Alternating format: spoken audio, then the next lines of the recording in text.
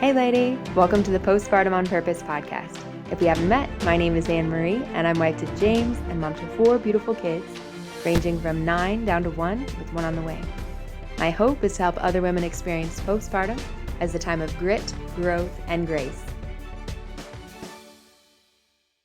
This is episode 54. Hi lady, I hope you're well. I wanted to reflect today on my first 2 weeks as a mom of 5, but first, in what may or may not become a regular feature, I don't know, I'd like your feedback on this. I wanted to share a little bit about my free things for the week. I joked with my sister, I have joked with her for a long time, that every week I have something that I get for free. And the range of free things can be very wide and sometimes quite unusual. And the point of me sharing that, one, I think it's always helpful to know what might be a cost-cutting measure for postpartum when there can be a lot of bills from hospital and all sorts of other things related to that, maybe doula, birth center bills, what have you. But really, behind the idea of searching for free things or taking advantage of free things is this. I want to give my children the richest childhood possible, and I don't want the number of children that we have to ever be perceived as a barrier by them. To the extent that I can help it, right? They'll perceive things how they perceive things, especially as they grow older. But I want them to remember that they had a really enriched childhood, and that I made as many things possible as I could, especially by taking advantage of saving money where that was an option. So, my free things this week that I can think of, there might be some that I'm missing too, but the first one, and like I said, these can be very random. The first one is that my son went to a baseball camp several weeks back, and I registered him for one of the 3 days, and that was his gift from his birthday in May, was that we paid for 1 day of baseball camp. But then a friend said that her son was going for all 3 days, and his grandma had offered to pay for my son to go too. And I thought, gosh, that was so kind. It would work out for him to go one of the 2 days that he wasn't already signed up for. But as it so happened, I had to pay in order to register online, and then his grandma, unbeknownst to me, also paid. So we tried to get the money refunded. His friend's mom tried to get it refunded. That didn't really work. But I called this week and spoke to the manager, and through an unusual turn of events, I got my money refunded plus $5 because he sent it to me through PayPal, and he thought there might be fees taken out. So I made $5 this week just through a 3-minute phone call. That was one thing. And then today, my kids had a free lunch, which I know they always say there's no such thing as a free lunch. So it's true. I spent gas money driving them around. But I was going to take the baby to the breastfeeding support group at the hospital where I gave birth because she has been having she gulps a lot of air when she eats. And about once a day or once every other day, she barfs up one of her feedings. Not the end of the world. She's gaining great weight. She has plenty of pees and poops. It's not a health concern. It's more for the protection of my clothing, the throw blanket on my chair, her clothing, and just also the time wasted when she's eaten and then she has to eat again afterwards. But not right away because, of course, she just threw up. So we went to breastfeeding support group today, and it was right about noon that it started. And we had gone to story time at the library before that, out near us, and the hospital is about 25 minutes away in the nearest big town. And I thought, let's get as much food into my kids as I can ahead of time. So we utilized their 2 free, because I had 2 kids that participated, summer reading program vouchers for a personal pan pizza for Monocles. Then we went over to Chick-fil-A and got a 12 count of nuggets for their brothers for free, for the little boys, because I had a gift card. And then I had gone to Dairy Queen with a gift card recently and got if you fill out our 4-minute survey, we'll give you a free dilly bar. So we ate our way around town via fast food this week. The boys I guess they all shared this one dilly bar, which my best friend will joke and laugh at me like, oh, did everybody share a nugget? When I tell her about the free things. And don't get me wrong, that's not a ton of ice cream. But it's more ice cream than they would have had otherwise. It teaches them to share and to value what they do have rather than what they don't have. And it's a little funny.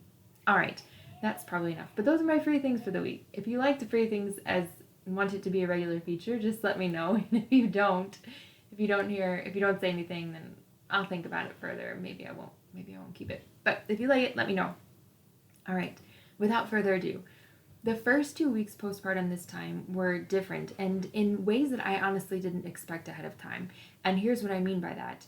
We thought the baby was going to come a week before she did, roughly. And honestly, for a time, I thought she was going to come for 3 weeks before she did because I started having prodromal labor at 38 weeks and she came at 40 and 5. But previously, my husband would have said things like, Anne Marie, we need to slow down. We need to make sure there aren't too many commitments.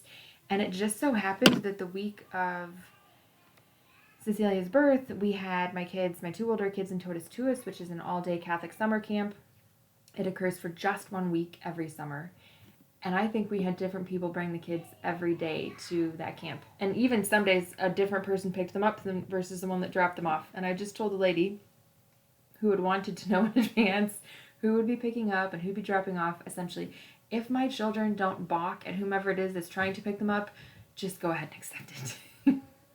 But so that was going on, though that really we got help with. I think James, maybe the last day, because I gave birth late on a Wednesday night, and we were in Monday through Friday. I think James dropped the kids off or picked them up, one or the other, on Friday, but every other time we got help with, and that was a tremendous gift. But so I gave birth late Wednesday night, and Thursday night, before Cecilia and I left the hospital, James went and took my 2 oldest kids to the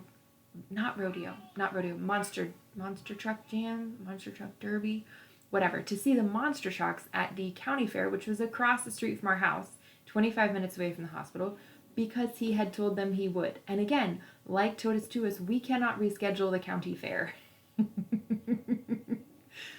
Either he was going to take them, and he was going to take them while I was still at the hospital before he came back, because I had to stay till 24 hours, which started around 11 p.m., or we were going to not go at all, not be able to take the kids.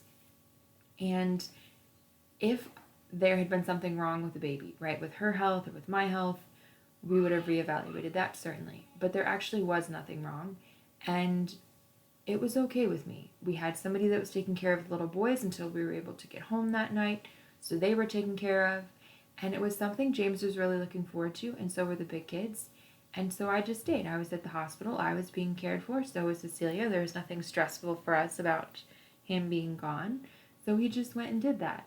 Previously, I can't even imagine that having happened, but it worked out okay this time. Something else that was different is that with all my previous babies, my mother-in-law has come to stay with us for between 10 and 14 days afterwards. This time, she wasn't able to make it because my sister-in-law was due shortly after me in a totally different state, and she needed to be available to go to her at whatever time she needed her. And with the first baby, right, it's anybody's guess. Maybe she'll go 3 weeks early. She might go a week and a half late. Who knows? So we didn't have my mother-in-law's help this time. We relied very heavily in that early postpartum period, and frankly, while we were in the hospital, on 2, 3, 4 members of our grandma tribe, 2 single women, one whose husband has died, and then my best friend who's single, and then a couple who were really good friends of ours from our parish, our original grandma tribe members. They were such a gift to us when we were particularly newly postpartum, but we made it work. We made it work without my mother-in-law. I had concerns about how that was going to go because it's been such a huge help to us afterwards previously, and it was okay. The other thing that was funky this time, again, like Totus Tuus, like the county fair, was that my oldest son, who's 9, had baseball, and his baseball season ended a week and a half after Cecilia was born. Couldn't move those games either, and a couple of them were out of town. James was helping coach his team, and so there were 2 nights within a week of Cecilia. I've got my planner open in front of me to remember these things because otherwise I wouldn't remember any of them. But within a week of Cecilia's birth, my husband and son were on the road. I think it was just 1 out of 2 out of 3 nights maybe. No, 1 was a home game. 2 were home games. Mercy. 2 were home games. 2 were away games, but 1 got rained out. And I was not upset about the rain. Nobody was really at that point.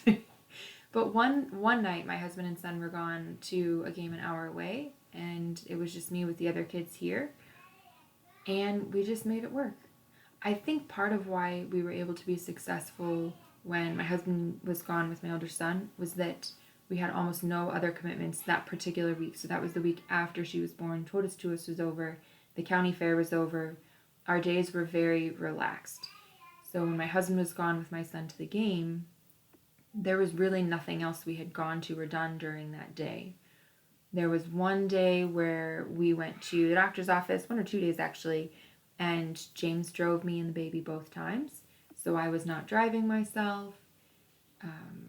And we had somebody watch all the rest of the kids both times. So James took me to Target and I walked around for just a couple minutes, not very long, but I stocked up on trail mix, as one does, along with maxi pads, as one also does.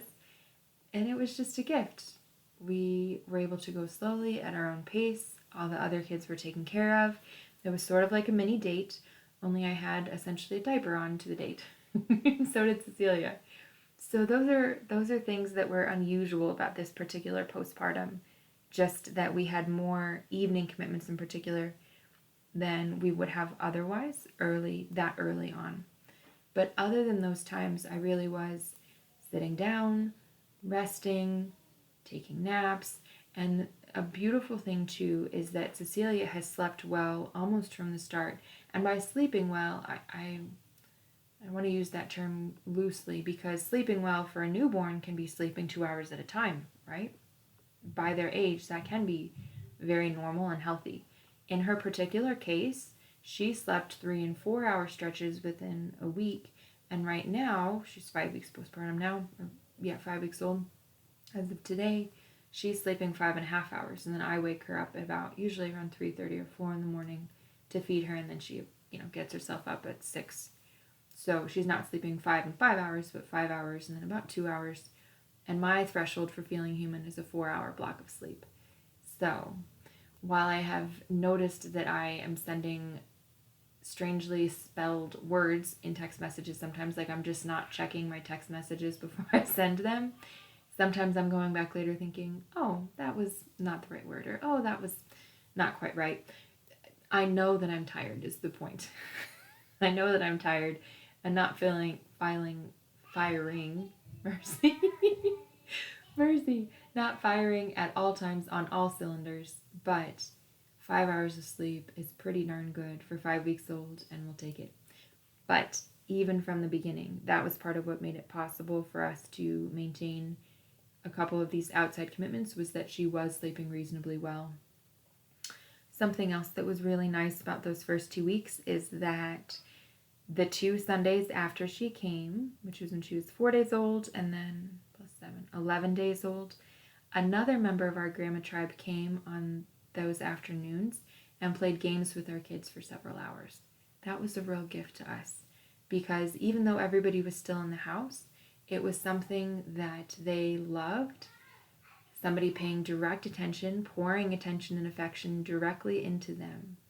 That is such a gift, I think, for the older kids to not feel left out and for everyone to feel really excited about the new baby when there are special times, special foods, special visitors, just things that are unique. So it's not just the baby that's new. And on the one hand, of course, you want to keep things as stable and similar as you can, as close to routine as possible. And yet, I think there's a value in having some other special things for the big kids. And by big kids, that means everybody that's not the newborn. But there's something good about having special things that are for them when a new baby comes and not just the new baby themselves, if that makes sense. I think that might be mostly it, lady. I'm planning next week or the week after to do weeks 3 and 4, a wrap up or a summary of weeks 3 and 4. I'm not sure how long I'll do that for, 2-week summaries, but it's been kind of nice to reflect backwards on how things went, how it was different versus how it was like other postpartum periods. I'm not going to talk too much about the tendency towards postpartum OCD this episode because really in the first 2 weeks there were almost no intrusive thoughts that I was experiencing. The volume on those was super low. And so I'm not really going to address that so much this time. Next time I probably will, but not too much this time. If you have any questions about the first 2 weeks postpartum, shoot me a message at Anne-Marie at postpartumonpurpose.com or on Instagram at postpartumonpurpose. If you have not already rated the podcast, I would love for you to do that. It helps other women to find it, but then also really to know what it is they're getting into if they choose to listen. I hope you have a great rest of your week. I'll talk to you soon.